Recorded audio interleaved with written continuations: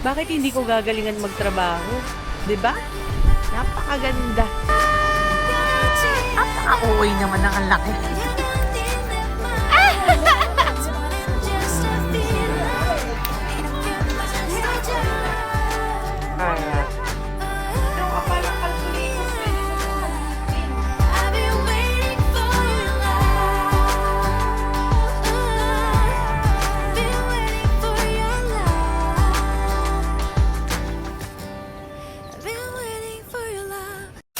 Hi, I'm Chris, a Raketera homeschooling nanay kay Liam at kasama ang aking Diyosawang si Justin.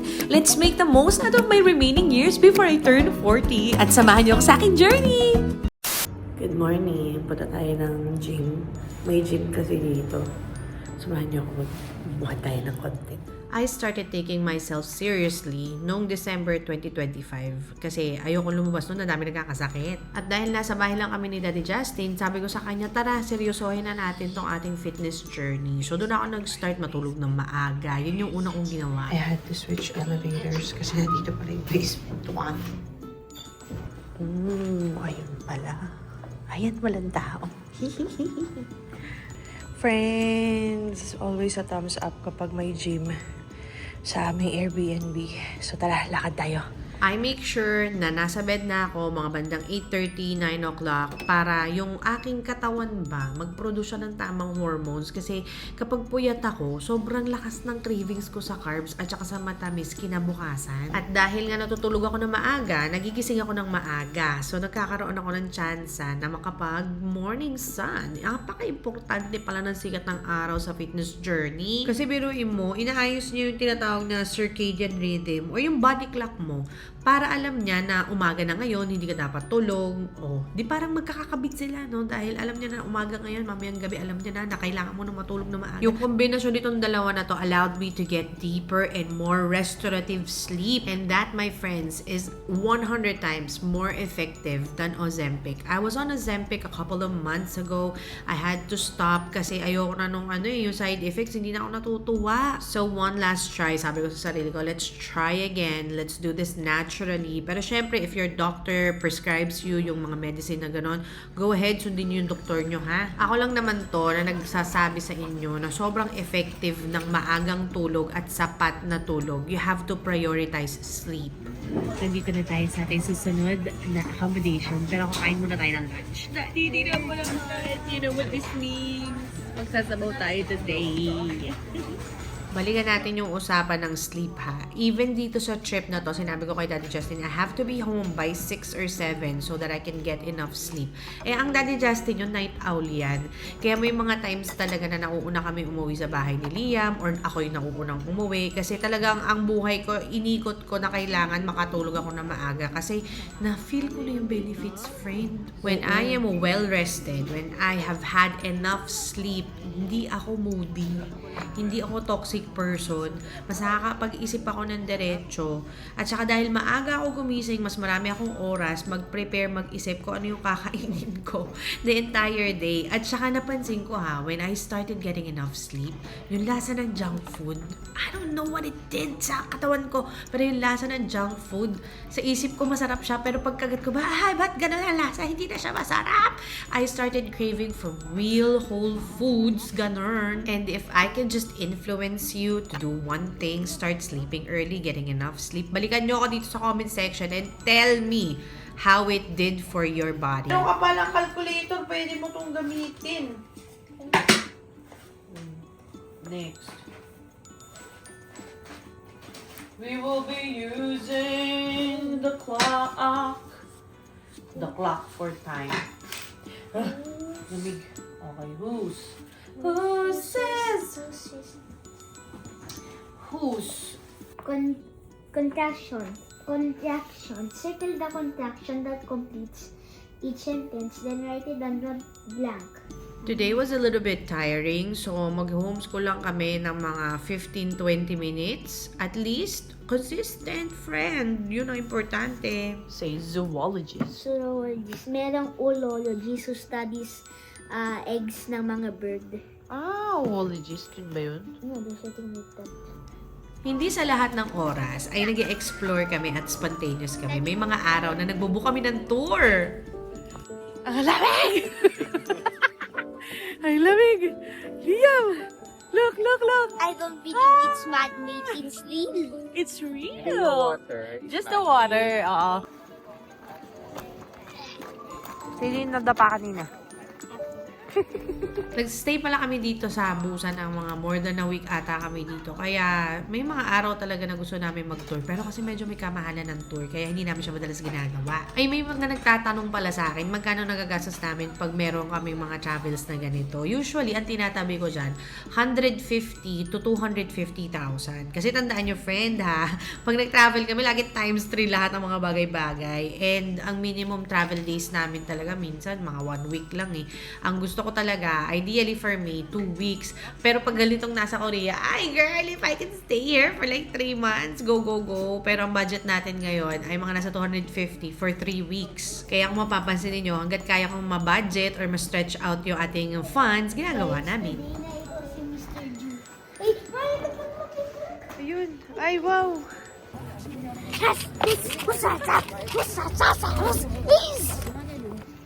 Hi, boys!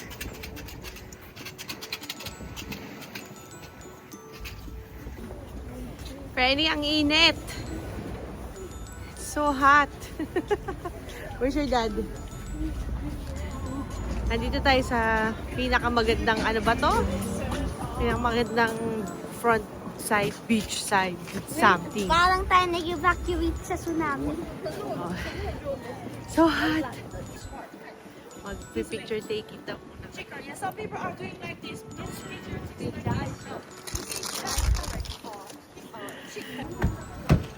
Wow!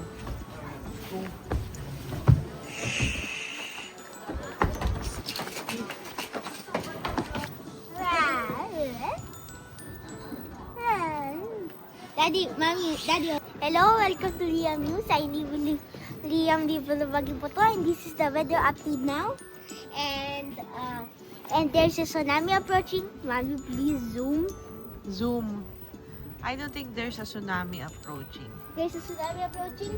That one, there's a big tsunami. Everybody should be evacuated to higher ground. And there is a car. There are so many cars on the beach. And balik sa'yo. Wish ko ang ready feel. Alam nyo, meron ako napapansin kay Liam. Parang gusto niyang maging host. Kasi minsan kahit nakikita ko siya na naglalaro, nagsasalita yan mag-isa.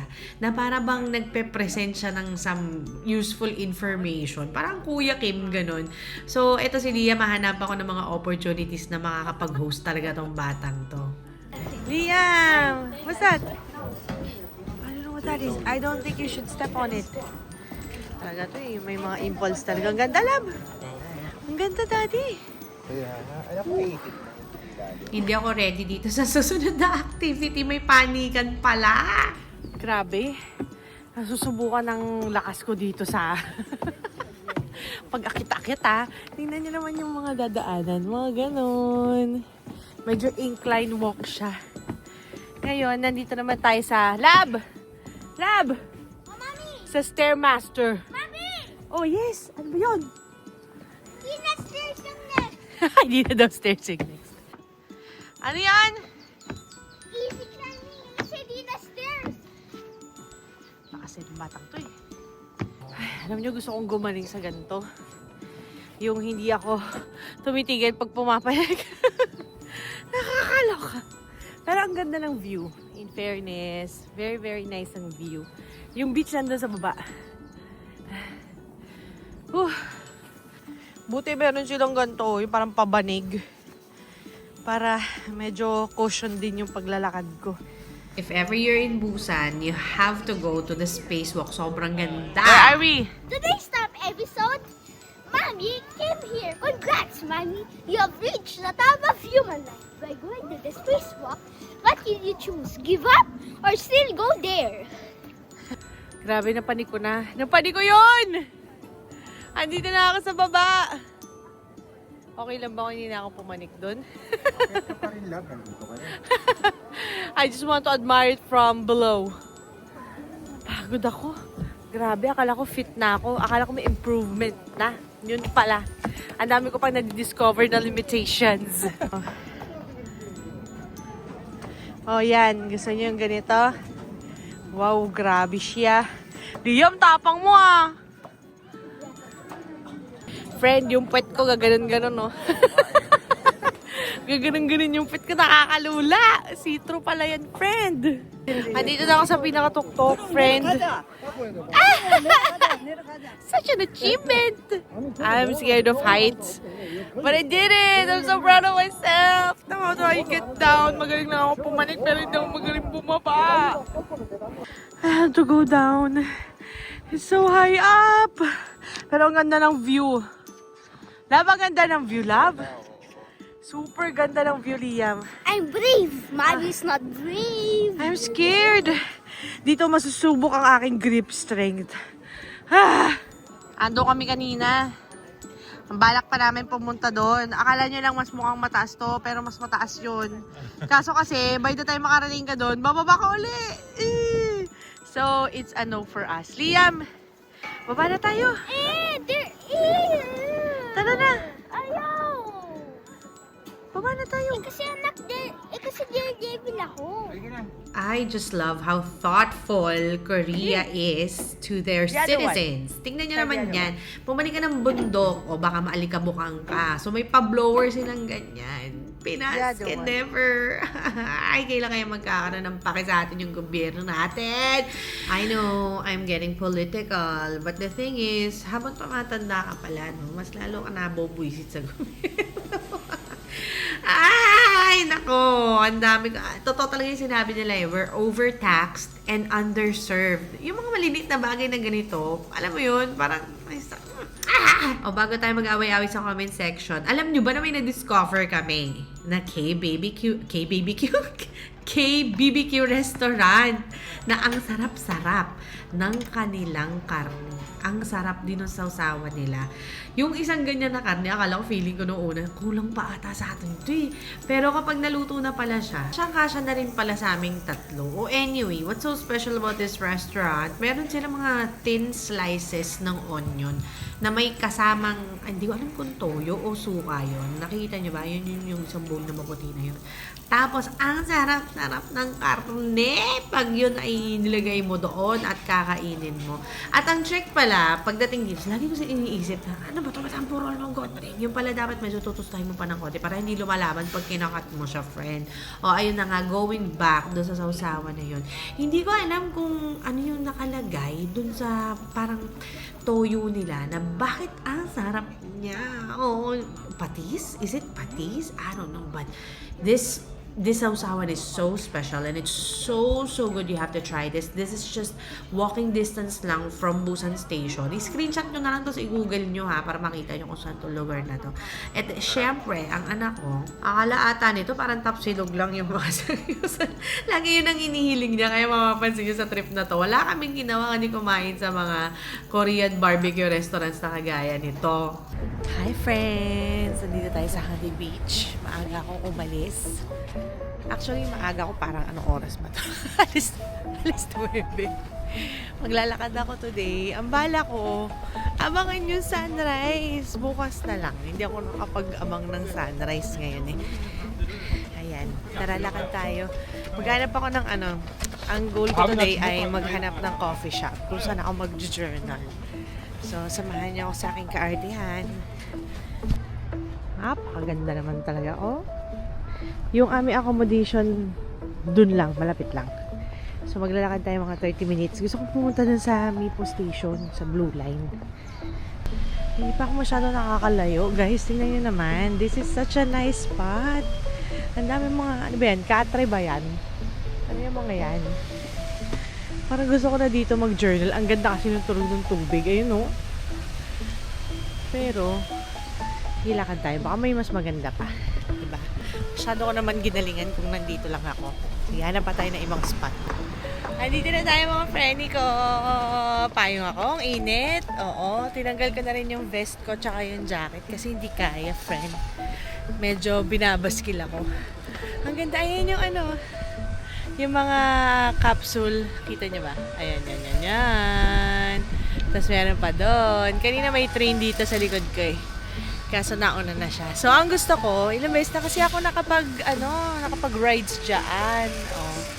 Ilang beses na ako nakasakay dyan. Ang gusto ko ngayon, maglakad lang dito. Actually, the original plan is to run. Para ma-flex ko na, tumakbo talaga ako sa Busan. Kasi hindi ko pa kasi alam kung ano yung may expect ko. Kaya hindi ko yung ginawa ngayon. Sabi ko, hindi, maglalakad lang ako tsaka journal. Ganda. Sobrang ganda. Ang ganda ko. Ang ganda din ng nakikita ko. Way back when, for the grown-up phase, we're one best friend. It was easy going wrong. Life was anything but fair, but somehow we didn't care.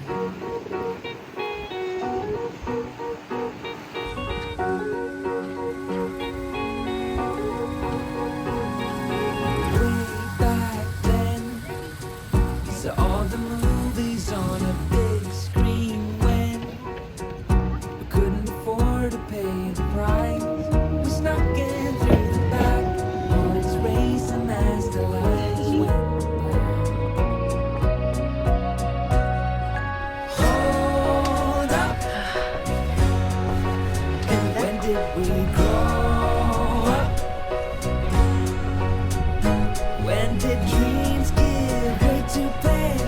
Wonder slipped through our heads. Just hold up, just hold up.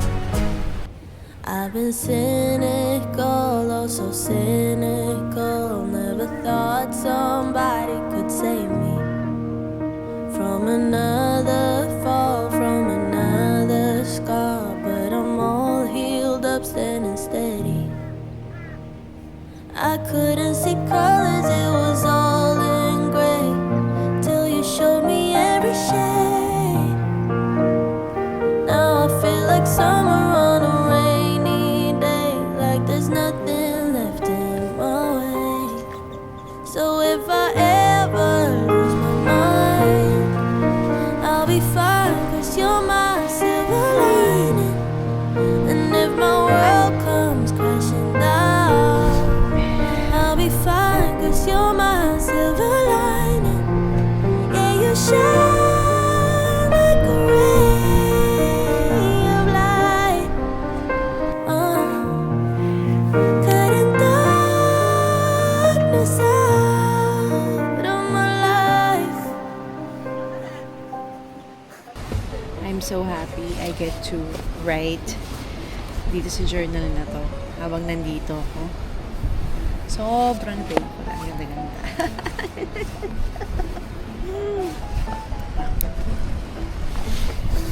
Matagal na kaming nakakapag-travel dito sa South Korea, pero madalang na nakakatagal ako ng ganito katagal dito. Favorite ko talaga tong lugar na to, tong Blue Line Park, or ano ba to? Tawag dito, Mipo Blue Line Kineme. Kasi yung isang stretch niyan, kapag sumasakay ako ng Sky Capsule o kaya ng train, ang dami ko nakikitang naglalakad, ang dami ko nakikita na magagandang pwedeng tambayan. Sabi ko, darating yung araw na ma-afford ko magstay dito. O ayan, eto na nga yun, araw na iyon. I'm living in one of my prayers. Ano yan? Catching up a dinosaur bone. No, it's not. It's a dinosaur bone. Believe it or not, it's a dinosaur bone.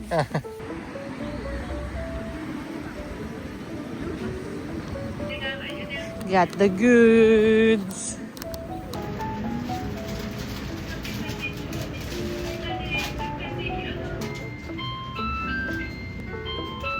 Open mo na yan, love. Oo. First meal of the day. Alas 2 na. Magtitinapay pa rin tayo. Liam, sino binibidyo mo? Oh, pingi ako. Gutom na ako. Wow. Yum. Yeah. Sarap. Naliit pa. Cheers.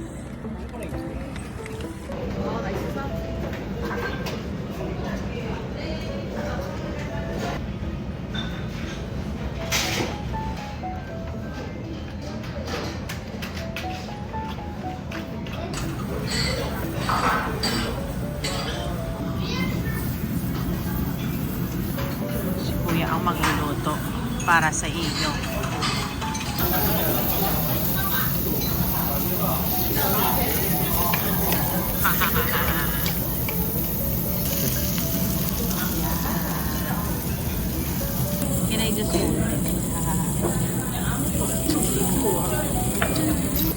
Cheers!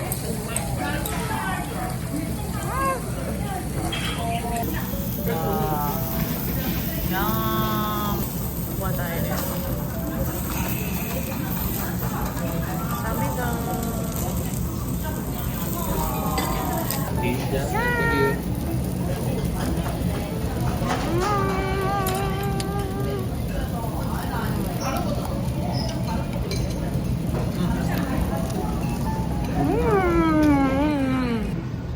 Daddy, that was epic. Sobrang sarap. May kanin ka pa sa labi. Kabila. Sarap. Sobrang sarap na kukomatos na ata ako. Kailangan ko naman ito. Buti na lang manatili. Ang sarap. Malapit na sa bahay namin. Grabe. Mapapanaginipan ko tong meal na to.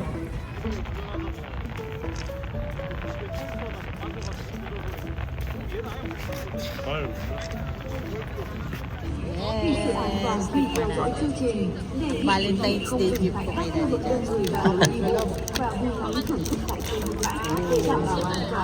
Pala.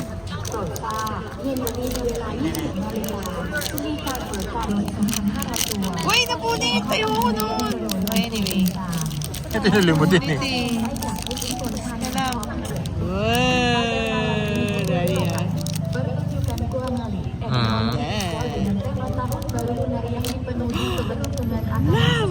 Ay, oo. dapat disaksikan dari mana saja di sepanjang pantai Guangali.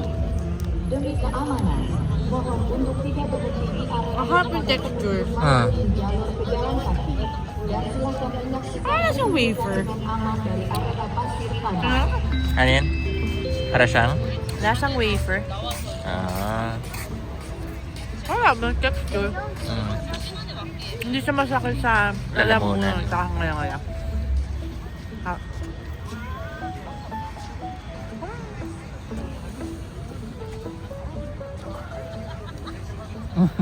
Parang yung ano, parang yung Nissin's wafer. Pero masarap. It's a glorified Nissin's wafer. Ayan. Oo. Sarap ng tsokolate niya, no? Ang ano lang, ang subtle lang. Makakarami ka. Chay ma. Apaka-OA naman ng ang laki. Hindi daw masarap, sabi ni Liam.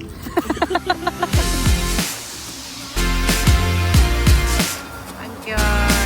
Ang cute niya pag 0.5 love, oh. Ang cute niya pag 0.5.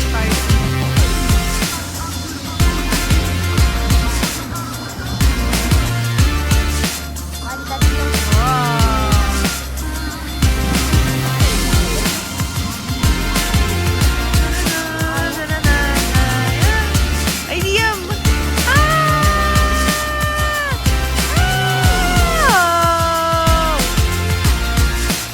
Ang pogi naman yan. Year of the horse pala. Cute. Daddy! Ganda. Yeah. Ay, dami tao. Woo.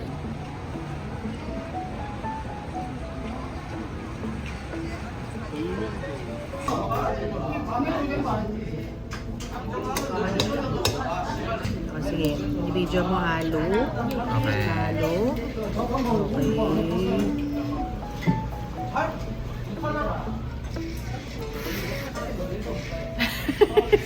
Side siya. Hindi mo siya dapat itin pataas.